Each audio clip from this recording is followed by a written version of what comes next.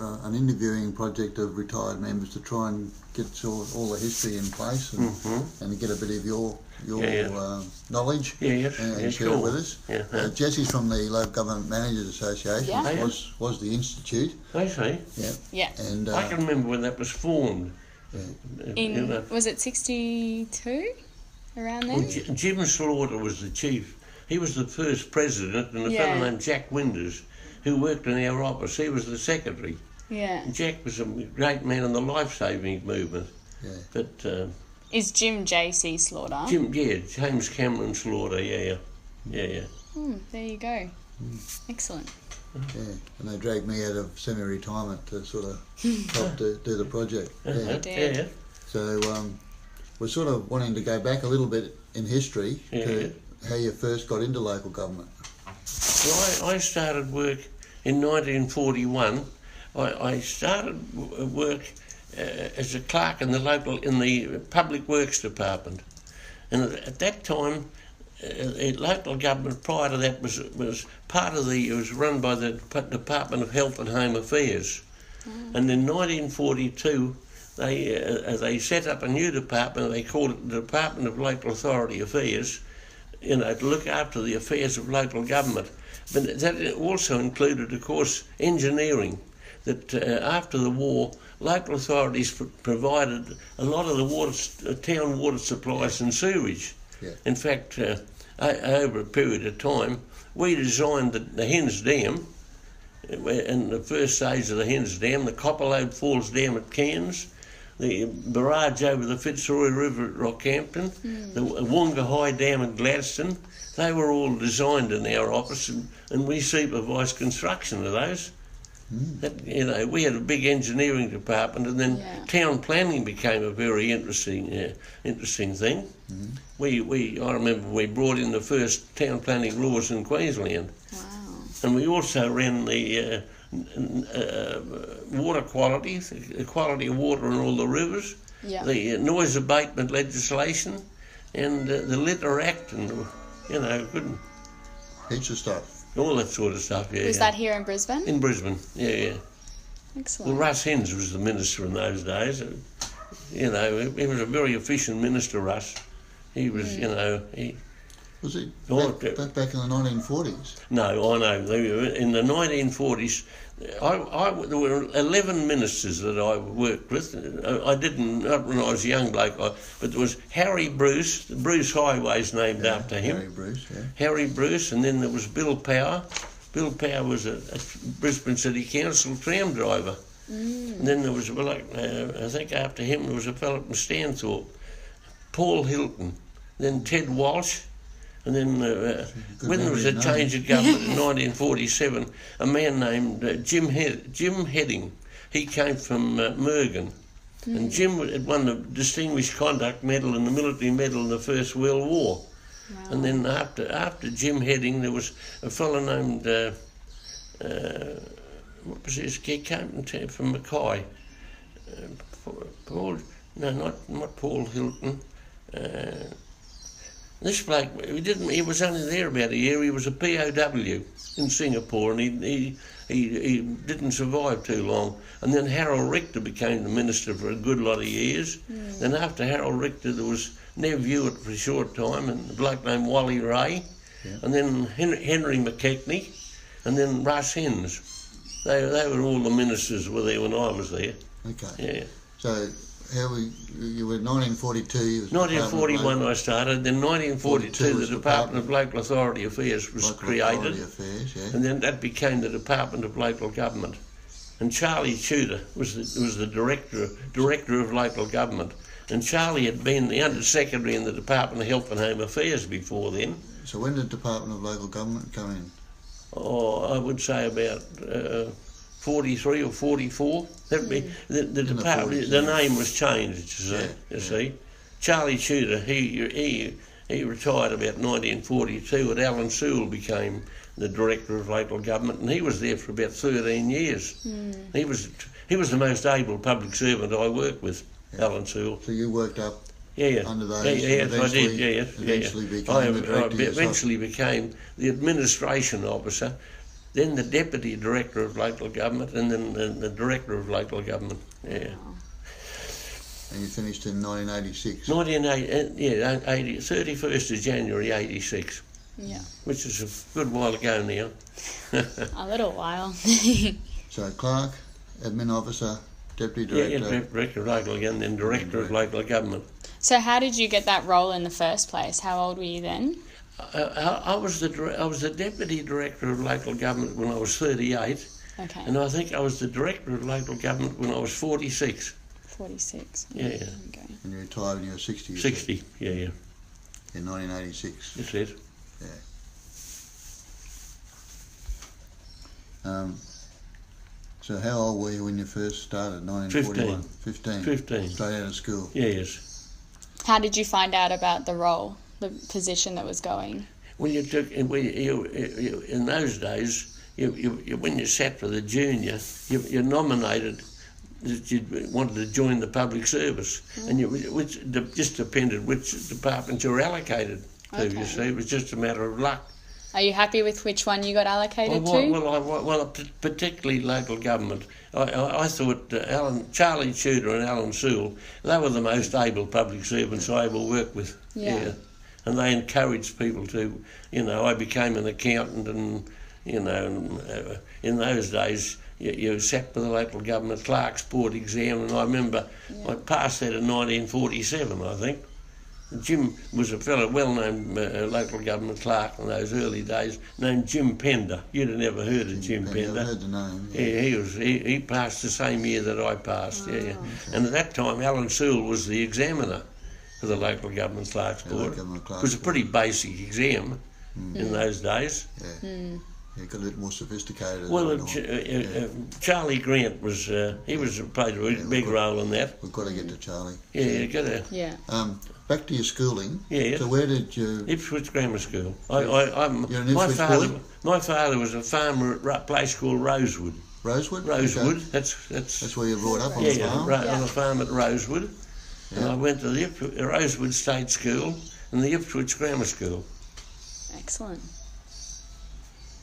Were you boarding at Ipswich? No, I wasn't. No, I used to travel down by train every day.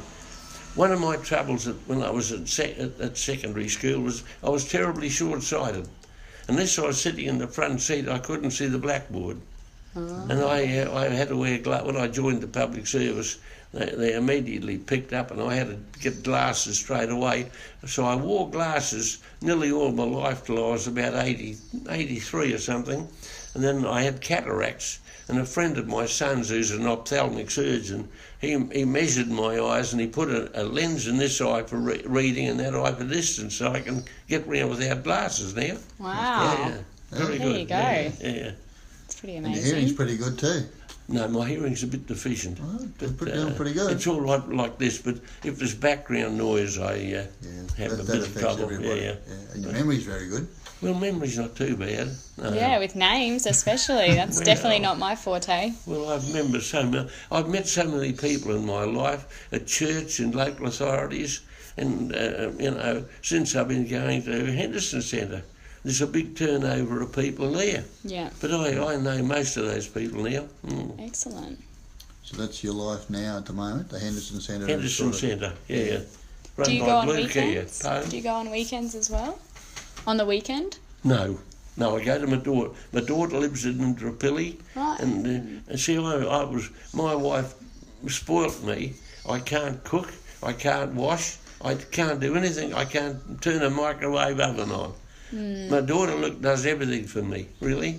Buys all my food and clothes and come over tonight and make my bed and all this sort of thing. Wow. So I'm very fortunate, like that. Well cared for. Yeah. How many children do you have? I only have two. I've got a son who lives in semi-retirement now. He lives in just south of Noosa. Sunrise Beach, I think it's called. Oh, okay. And my daughter lives in Indooroopilly. Sunshine Beach, I think. Yeah, Sunshine Beach, yeah. So what was your wife's name, sorry? Betty. And she used to go to all these conferences, all the local government association conferences and the LGMA conferences. Whenever I went, she always went. Yeah. She passed away when she was 80? Yeah, 84. Nearly 85. Yeah. And you're married for? 63 years. 63? Yeah. Wow. 63, that's excellent. Amazing. And she was a local girl too, Ipswich girl? Yeah, Ipswich girl, yeah, so from Siltstone. You met at school sort of thing? No, I met her in the train, travelling down from... See, when I started work, I stayed with relatives in Ipswich. And then I travelled down and I met her in the train. She used to catch the train at Bevelle. There were a lot of girls and lads used to travel down at that time. But that's how I came to meet her. She was a great homemaker, a wonderful person. Yeah. Excellent. I miss her every day. Yeah, I do. I know how you're feeling. So what's your, outside of the department, it's just the involvement with local government through your contacts with all the various chairs and clerks? Well, I knew all those fellas, yeah. I used to, I was friends with them all. And you can look around the place here, there's, paintings they gave me when I retired. That's from Boonah Shire. Yeah. I remember I opened the water treatment plant at Calabar, and they gave me that. And the councils out in Western Queensland gave me that one over there on the wall. Wow, that's beautiful. And the Lansbury Shire gave me one, and Herbert and Shire gave me, photos. They're all over the place here. Thursday Island Council gave me that sort of a shell up there. See that pearl shell up there in the bookcase? Wow. That came from Thursday Island. So did you have very good relationships with them? I did, with them all. Yeah. I had good relations with the whole lot of them. Yeah. Were there difficult times? Did you have to... No, I never had any real big problems, no. Wow, no. That's good. No. So you mentioned Charlie Shooter and Alan Sewell as your sort of mentors. Well, they were. Yeah. They were outstanding public. Charlie Shooter, he was a fellow, he was originally tied up in the health. He was the Under-Secretary of the Health Department, and he'd have been one of the people instrumental in using the golden casket to finance the hospitals. And he was maternal and child welfare and all that. Charlie Tudor was, and he was a great supporter of Sister Kenny. Remember Sister Kenny with the polio? Yep. And he was. I think Charlie had a daughter who might have had polio, but he was. But Alan Sewell, in his career, he was the director of local government. He became the Under Treasurer, the Auditor General, the chairman of the State Government Insurance Office, and the Chancellor of the Griffith University. Yeah, right. So he was a very able person. Yeah, he was easily the most competent public servant ever I ran into, Alan Sewell, and an easy bloke to work with. In local government itself, are there any particular clerks that stood out, or? I don't like to. No.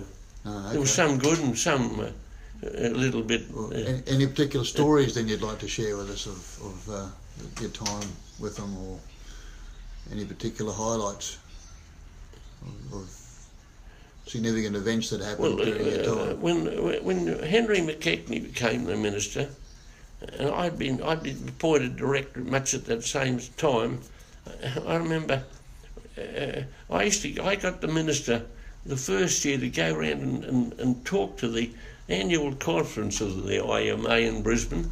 And IMA then? Yeah, IMA. I can remember when that was started. A fellow named Shepherd from South Australia was one of the leading blokes in that. The IMA was running in Victoria and South Australia before it went into New South Wales and Queensland. But of course, if you held a local government clerk certificate here, you automatically became a member of the Institute of Municipal Management. Well, they called it that, Institute of Municipal Administration originally. Yeah, IMA then, IMM. No, LGMA. I'd have those certificates here somewhere, but I've got the bookcases full of rubbish and I wouldn't know how to locate them. Yeah. But in the early days of the local government clerks board, that probably, I think, when the first local government legislation in Queensland was, I think, in 1878, there was a local government act, and that applied to all the major cities and the big urban populations. Then in 1879, the Divisional Boards Act passed, and that applied local government to all the rest of the state. And there was the Local Government Act, the Local Authorities Act of 1902, converted all those divisional boards to become shires. Oh, okay. And then that went on. In 1936, they brought in a completely new Local Government Act, which revolutionised local government, in my opinion. And regulations made under that act that set up the Local Government Clerks Board. And you had to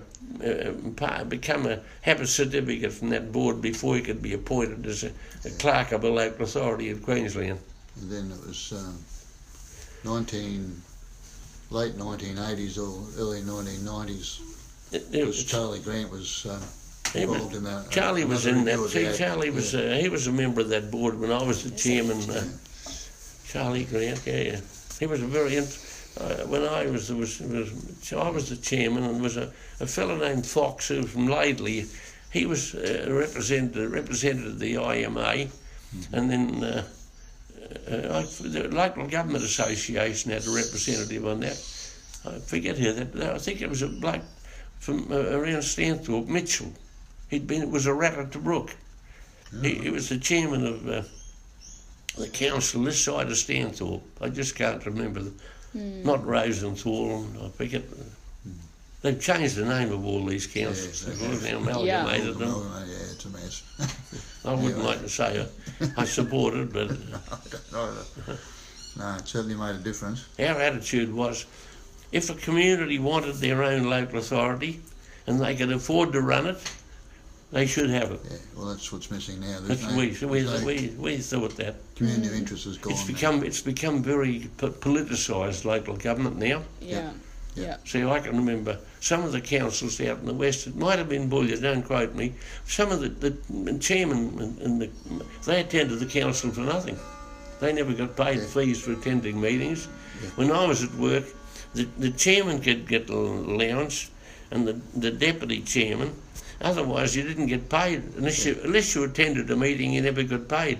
Yeah, and you were there for the community. You weren't there for yourself. Oh yeah, well they were. As I say, a lot of them. They ran the hotel. They ran the cafe. They supported the whole town. They were the major employers and the employers in the area, and that's a great role they played. Yeah. You were based in Brisbane the whole time. Yes. You didn't go into regional offices. No. Okay. But you went throughout the state? We travelled around, we travelled there, yeah. Okay. And engineers didn't travel a lot in our place. And of course, we administered the Building Act, which was a very important piece of legislation. See, in the early days, councils made their own building regulations. So if you went to Toowoomba, you'd have different building controls than Brisbane. And then the Australian states came to that, they realised that the great economies could be had in standardising buildings as far as you could. And interstate committees met for about 7 years on that before they brought up a uniform building code which was adopted into the Queensland Building Act, although we made provision here that in certain areas, like in high cyclone areas, it could be varied.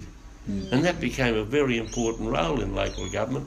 Some of them resisted it a bit, bringing that in, but I remember that an influential alderman at Toowoomba, the mayor of Toowoomba, a terrific bloke, he was the deputy premier of Queensland, Jack Duggan. You might have never heard of him. He was when he used to go to local government association meetings, he used to be able to sway the meetings. He was a very able speaker, Jack. A good fella.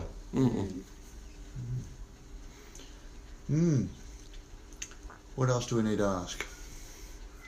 You haven't really touched on any highlights or lowlights of your time. You've mentioned all the legislation and stuff, but is there anything particularly that, you've a lot of changes in local government over your time, legislation and all that, but is there any particular significant event or something that comes to mind? Well, before in that Local Government Act of 1936, of course, that brought in special requirements about budgeting and that. Prior to that, some of the councils had run up very big, overdrafts. Some of their overdrafts were equal to a year's rates. And that 36 Act provided they had to balance the budget every year. And that was an important thing. Yeah. But see, town planning is a terribly important function of local government now. One time you could build anywhere. We encourage good agricultural land should be preserved for agriculture. If you had a good water catchment, that should be preserved for water catchment, and all that sort of thing. Over a period of time, some of these things when I was at work, the rezoning of every piece of land in Queensland had to go through my hands before it went to Cabinet.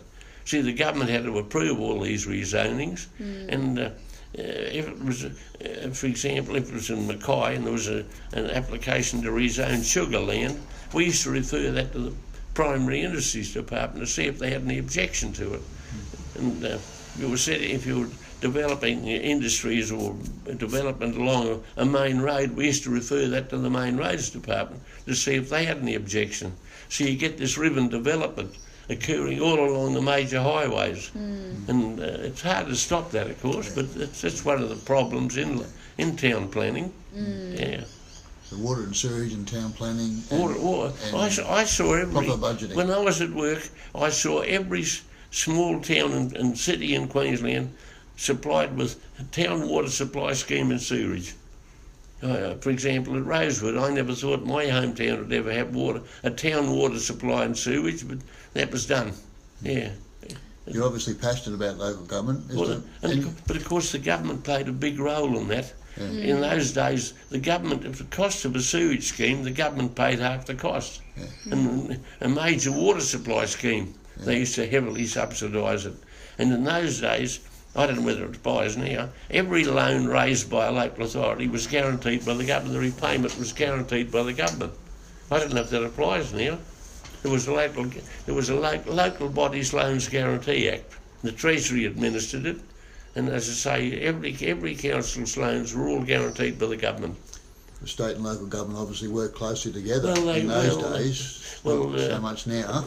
As a council spent money, for example, building a sewage scheme, they had to supply claims to our department, and we'd look at those, and then we'd certify to the Treasury it's okay to pay half the cost. Yeah, so that was they spent millions on that.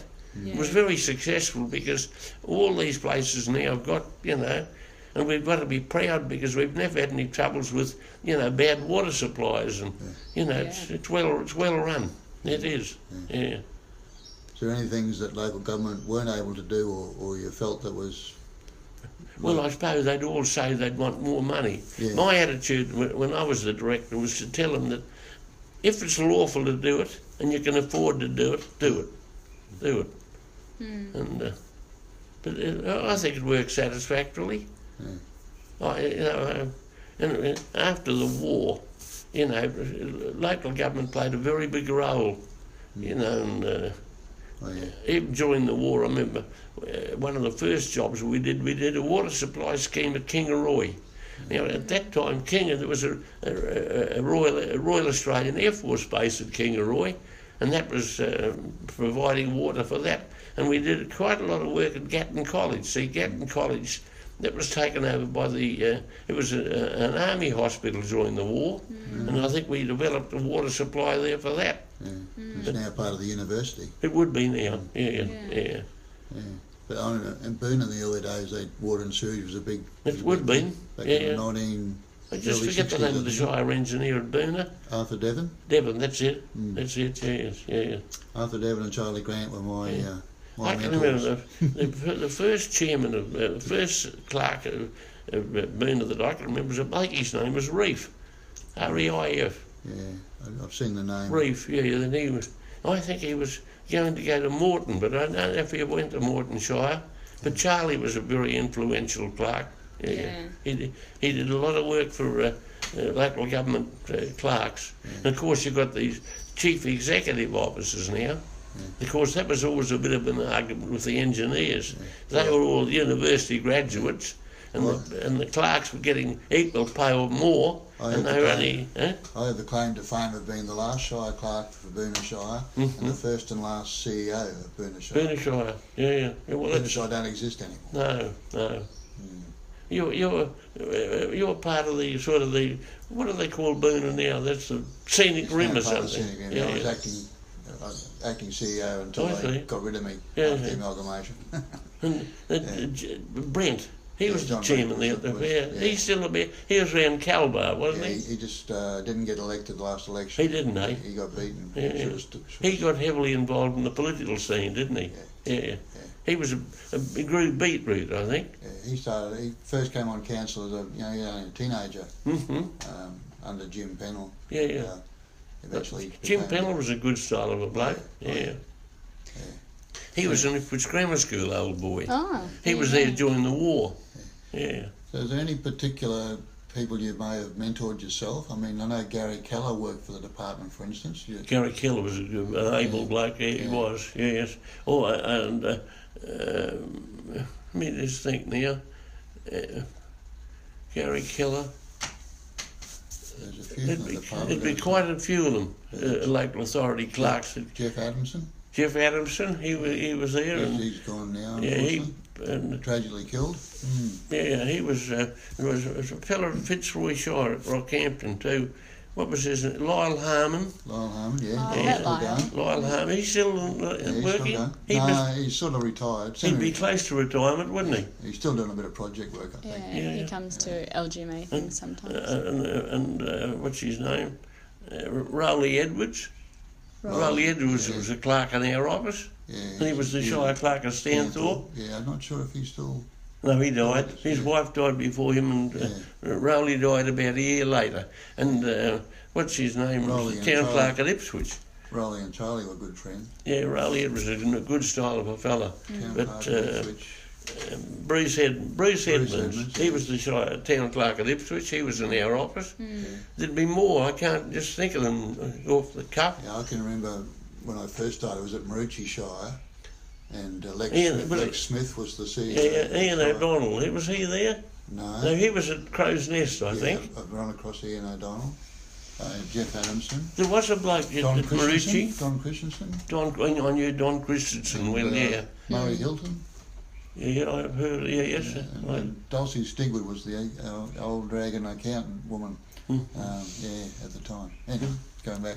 Yeah. What do you think it was the qualities of a good clerk? What do you think made a person a good able-bodied person? Well, they have a basic ability, but the main thing is be able to get on with people and work with people.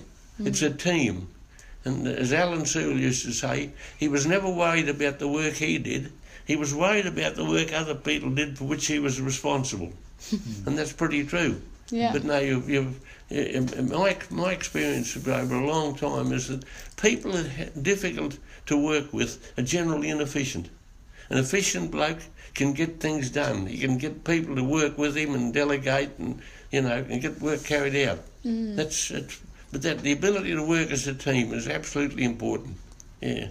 And of course, the clerk has got to be able to work in harmony with the engineer, the town planner, and the chairman. And the politics. So you've got to be. That's like mostly politics. Like it would be. It would be. Yes, you'd have to be very. You'd have to be very apolitical. Yeah.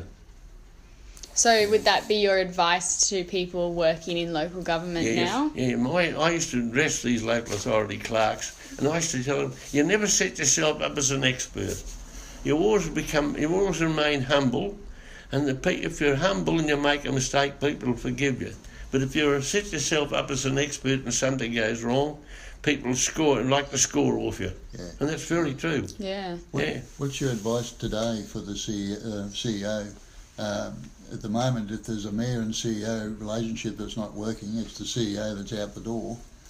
Well, of course, the law's changed now. If the CEO sees something wrong that's illegal, he's required to report that, isn't he?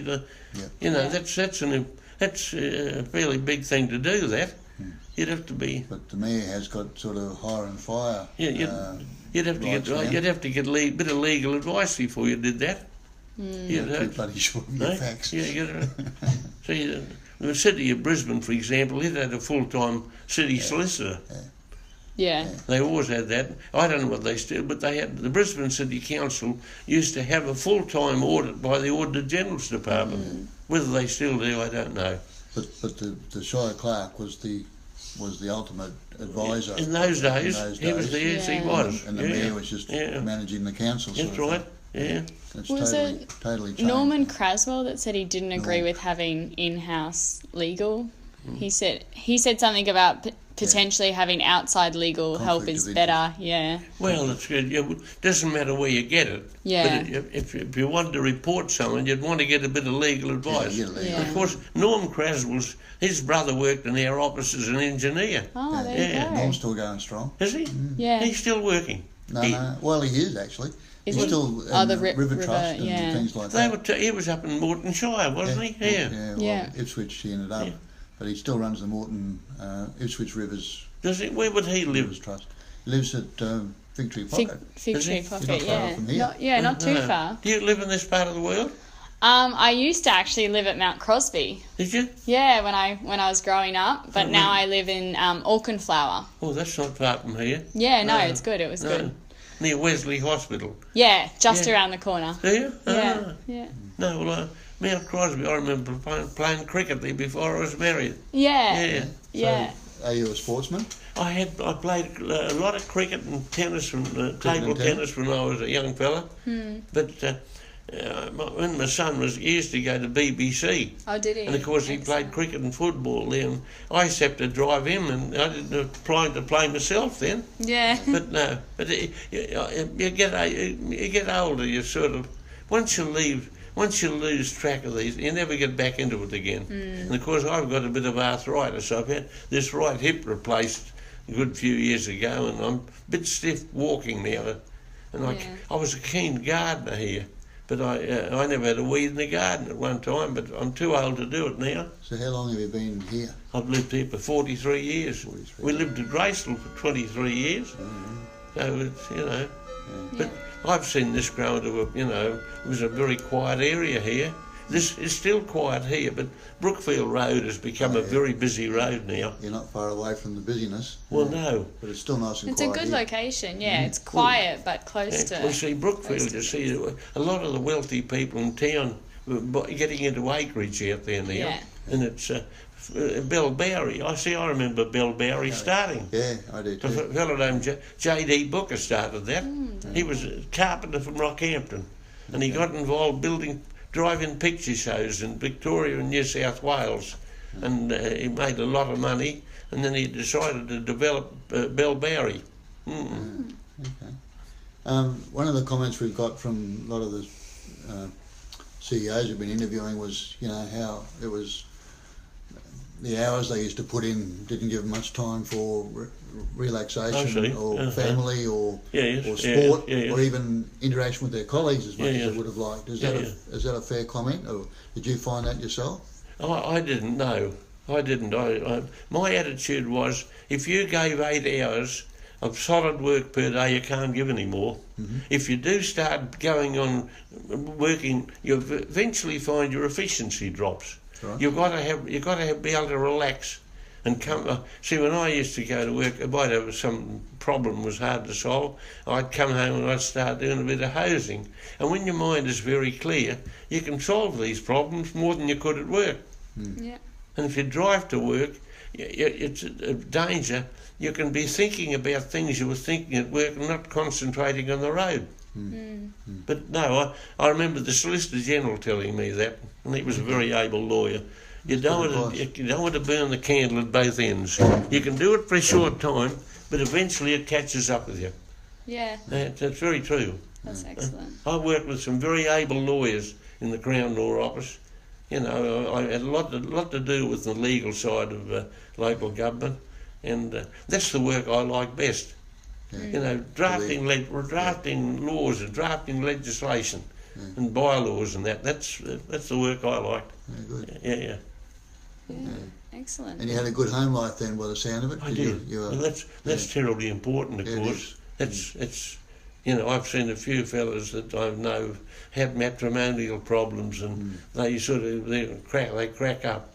But we never had that problem in our office, and I had terrible good relationships with the engineers in our office, and they were a tower of strength. There were some wonderful fellas there. You know, I won't mention names, but some of the work they did was, you know, they were very able people. I don't think those sort of people are around now.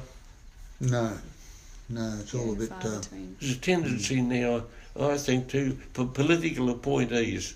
And I think, see, academic qualifications are good, but in the final analysis, what you want is someone who can do the job. A lot of these university graduates now, they've never had any experience at all. And that's very important. But I used to like someone like Gary Keller. You know, I think Gary, he would have gone to university at night. He was working in the day and did some work at night, and he became a very able clerk. Gary Keller. Still working. Is he still working? What's he do now? Consulting work, but is he? He's still fairly active. If you ever strike him, give him my best wishes. Yeah, he's just good fella. Just been in hospital for a knee replacement. Well, he had a disability, didn't he? Polio. Yeah, that's right. I remember one that. Bad leg, and he had a car accident, not so long ago, which was the other leg. And now that good leg knee got to be replaced. No, he was an able fella. Yeah. Rowley Edwards was a good clerk too. You know, he got on well with everyone, and he left our place to become Shire Clerk at Stanthorpe, and he was highly regarded there.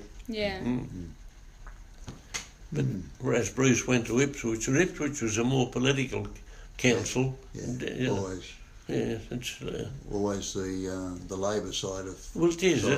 Well, you see, a lot of these big places now, they're all on superannuation. They're probably paid a sort of a salary. They get mobile phones and cars. That never applied in my day. No, but as I say, unless you were a chairman and got an allowance, or the deputy chairman, or the chairman of a committee, you never got paid unless you attended a meeting.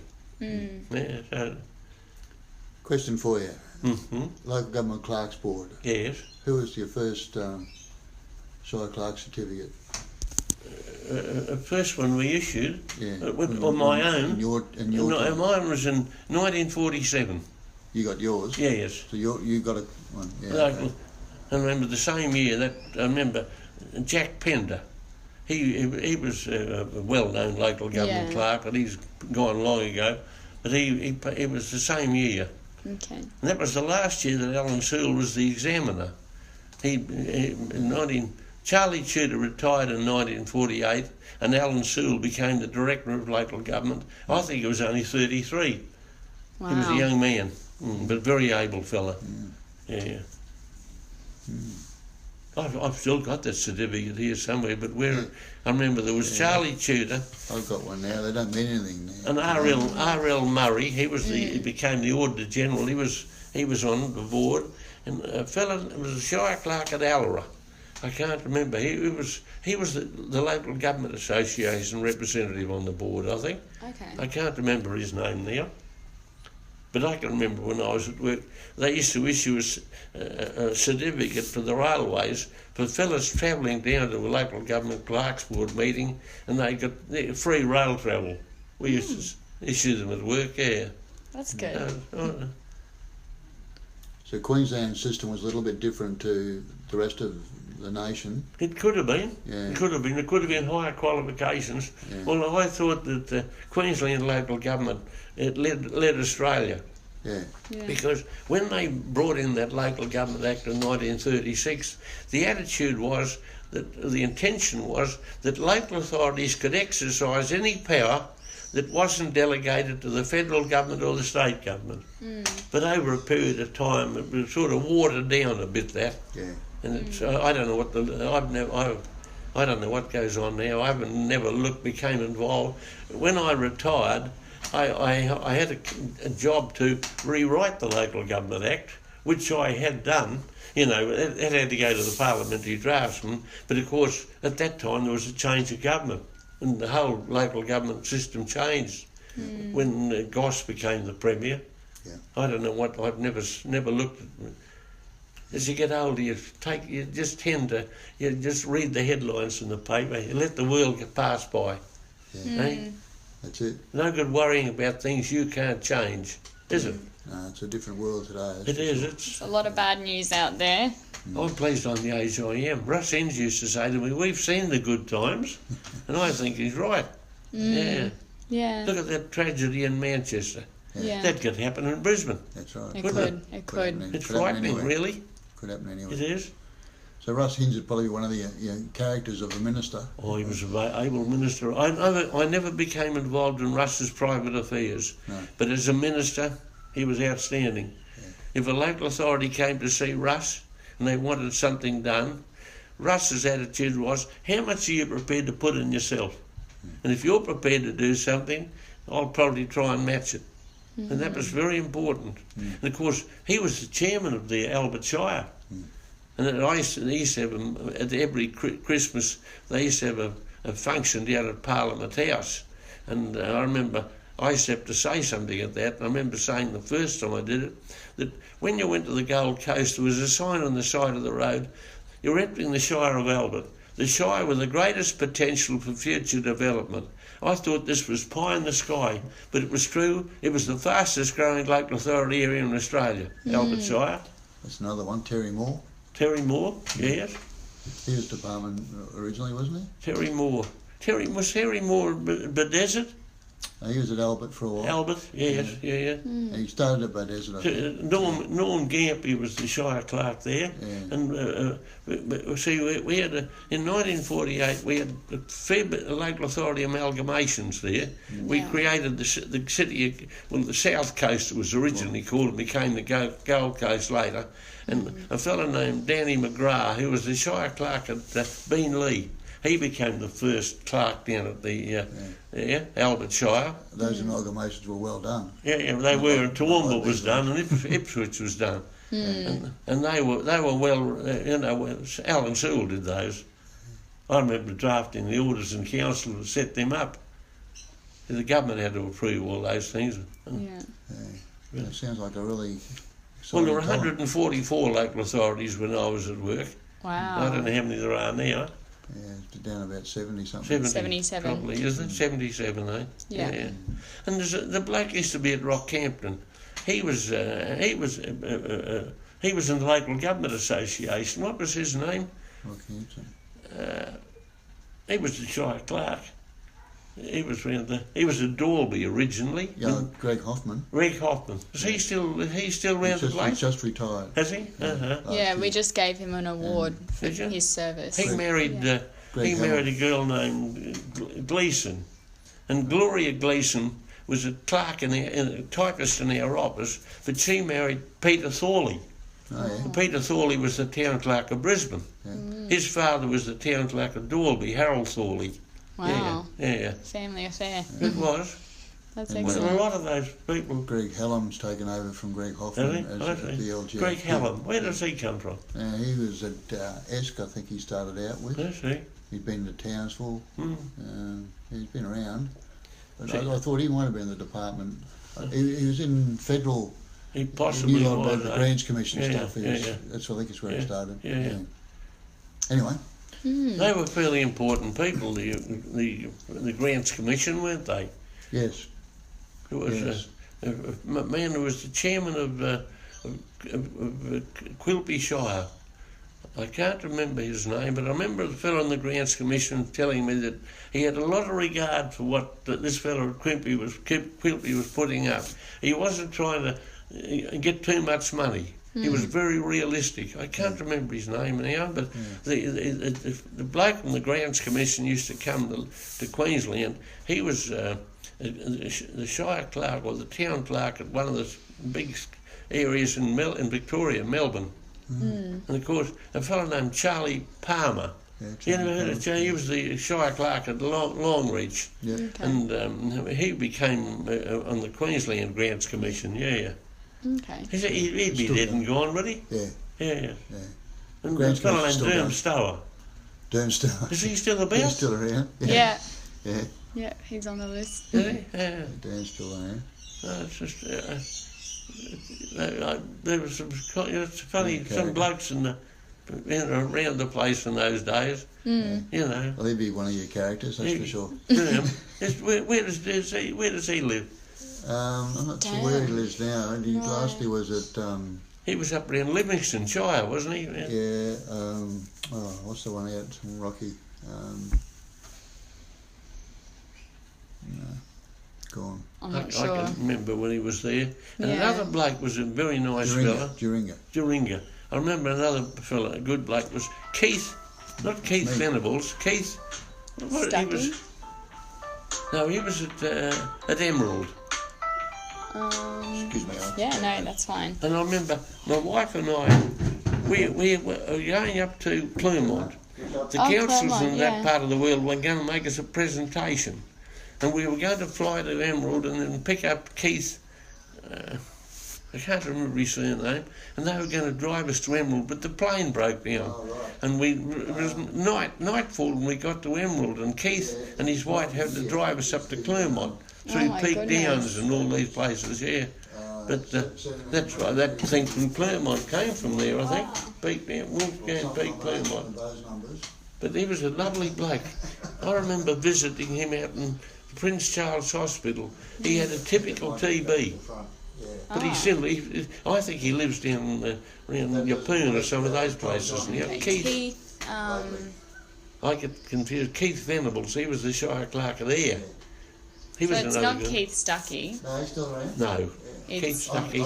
He's still alive? He was down at Bed Desert, wasn't he? He's at, he lives at Albany Creek now. Does he? So we saw him before. I think he's okay. He says he's not too well, but yeah. So how old are your kids now? My children, my son's 65 at Christmas, Wow. and my daughter's 60. Wow. But another prominent clerk was the bloke that followed Keith Venables at Ayr. Now, what was his name? Ayr? Keith. And they appointed him as Graham Webb. They appointed him as the administrator of Johnston Shire or something. Yeah. We're going to talk to him just very soon. Yeah, we're going to talk to Graham this morning. Well, he's a pretty able bloke. Yeah, he's good. He and Gary Keller are working together in a consulting business. Will they pick you up at 9? No, I've got to drive to this funeral. It's only at Chapel Hill. Oh, okay. And the trouble is, you go to those funerals, you got to go there early. Otherwise, you get parked in. And I want to go to Henderson Centre for my morning tea. Or my dinner. So I want to make sure of that. So you drive to and from Henderson? Yeah, I do. I don't drive very far now. I just drive locally. But give Graham Webb my best wishes. Yeah, we will. Thank you. He was very friendly with the policeman down here. He used to live down here.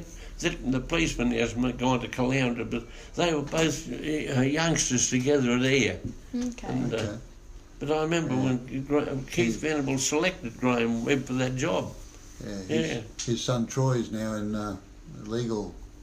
Is he? Who does he work for? Anyway, town planning expert, legal expert. I think, was Graham Webb, was he the private secretary to a minister in the David Christopher, whatever his name was. Right. He's coming back, I believe. Well, of course, he'd be a bloke. Graham Webb would be only a fella in the early 50s, wouldn't he? No. He's about older than that. Is he? He's older than me. Well, of course, you see, I'm 30 years out. Late 60s. I remember him coming here for morning tea once, Graham Webb. And Gary Keller would be in his 70s, wouldn't he? By now. I imagine he would be. Yeah. There were three Garys in the place. There was Gary Keller, another fellow named Gary Kenning, who was an able sort of a bloke too, and Gary Keller and Gary Kenning, and there were three Garys, and they were all pretty competent fellas. Yeah. There you go. I've probably bored you long enough. No, I remember trying to guess boring. Norm Caswell's age, and I was way out, wasn't I? Yeah, Norm. He's in his 80s. Yeah, 80 something. He would be. Yeah, he looks good. There was a bloke named Dave Ishmael was the Shire Clerk there before him, wasn't there? He spoke highly of Dave. Yeah, I remember his wife dying. I think his wife was, and Don Christensen. He had, with his wife, or one of his children was disabled. Yes, I believe so. Yeah, he was a good clerk. Don Christensen, my word, he was. Yeah. Don Christensen. And what about the Merv Kid? Is he still alive? Merv Kid. He was the town clerk at Rockhampton. I haven't come across that name. But I don't think he's still No, he'd be getting on in years anyway. Yeah. Could be around almost my age, I think, Merv Kid. Of course, he was there, of course, when Rex Pilbeam was the mayor. Yeah. And Rex was a controversial sort of a bloke. And there was another very able bloke there. He was the town clerk.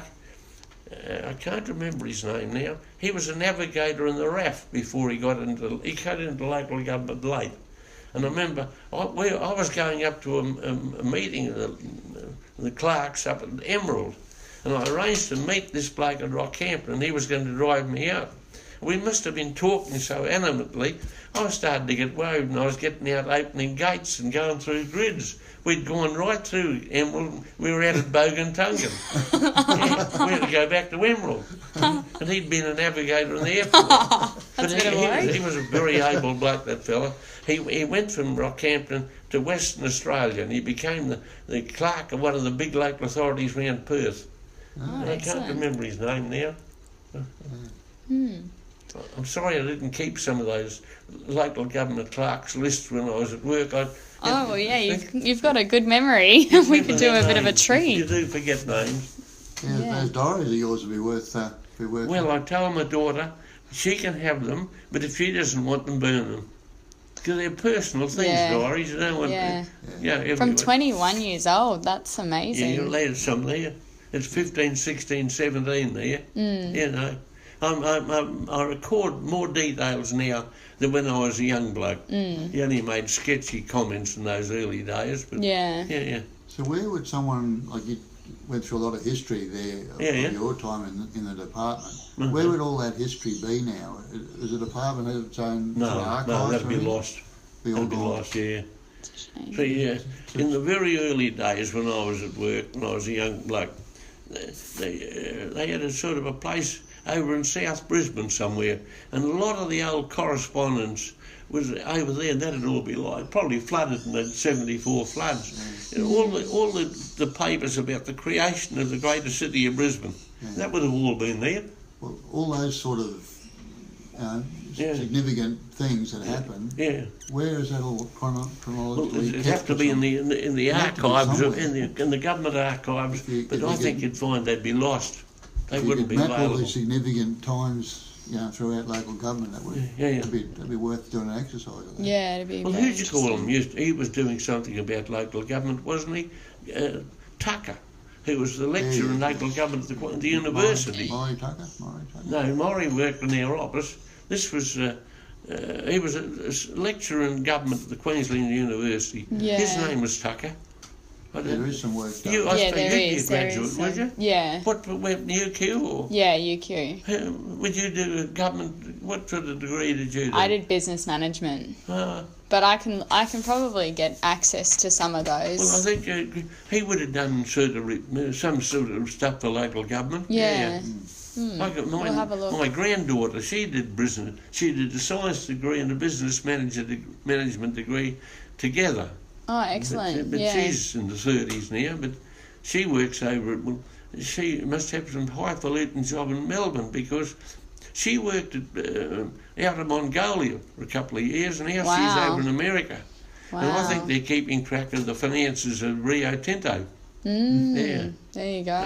Interesting. She'd be earning a bit of money. I don't know. I don't like to ask her what a screw. It'd be interesting. Yeah, it would be. to know. Yeah. Out of Mongolia, that's a lovely place. It's good to talk to you. No, we're so. Thank you for having us. Thank you very much. You've been very I don't know if it's been useful, but absolutely. We've got a lot there to work through. A lot of names. We'll try and piece it together. I don't like to comment on the good clerks and but some of them were. Some of them we mentioned are very good clerks. Yeah. No, you're very See, they positive. go back a long way. To Seth Doane, you never heard of Seth Doane? He was the town clerk in Toowoomba before Billy Robinson. You never heard of Billy Robinson? He's dead now. Yeah. He won the DFC in the war. He was a pilot in the Battle of Britain. Or the Bomber Command. Norm Gampy, he was a pilot in the RAF. And the Shire Clerk, the chairman of Stanthorpe Shire, Neil Sullivan, he was a pilot in the Bomber Command. A lot of these people. A fellow named Clive Quartermain. When we finished the work, we administered local government in Arakoon, Mornington Island, and Torres Strait. And Norm Gampy was administrator of that. There was a fellow named Clive Quartermain. He was a representative of local government. He'd won the DFC too. Yeah. And Bill Mills, Bill's died, I think, hasn't he? Yeah, Bill, yeah. He was in grammar school, old boy. Okay. Yeah. Arthur Forno and Arthur Ango, they were prominent clerks in the early days. Yeah, there was obviously a career path in local government straight out of school, and then again from the war. The war, well, a lot of able people went through the war. Yeah. If you were an officer in the war, you had the ability to organise men. You know, in our town planning department at work, was a very able bloke named Ken Woodhead. He's dead now, but he was a major in the British Army, and he was an architect and a town planner and a very good manager of men. To get blokes to work and encourage young fellas to study and improve themselves, he was a very able person. Yeah. And they're the sort of people you want there. And remember, Charlie Barton, he was the main roads commissioner, and he was a major in the Second World War. You know, there's a lot of good people. Yeah. Oh, well. So if we wanted to get in touch with you again about the checks and dates or whatever, so the phone number is yes, the only 3378 1658. You're not an electronic? No, not at all. I don't know how to turn the cam. I'm sorry for the people who work computers. I use my brain. There we go. Yeah, I don't muck around with computers. No. Yeah. Yeah. But better off for I'm that. quite happy to contact me. Yes. Thank you very much. It's a great pleasure. Yeah. No, thank you for having us. Well, we really appreciate it. You sure you don't want to take Oh, them? no, I'm I'll sure. take them up to You him take them instead. up, that's it. That's lovely of you. Lovely thought.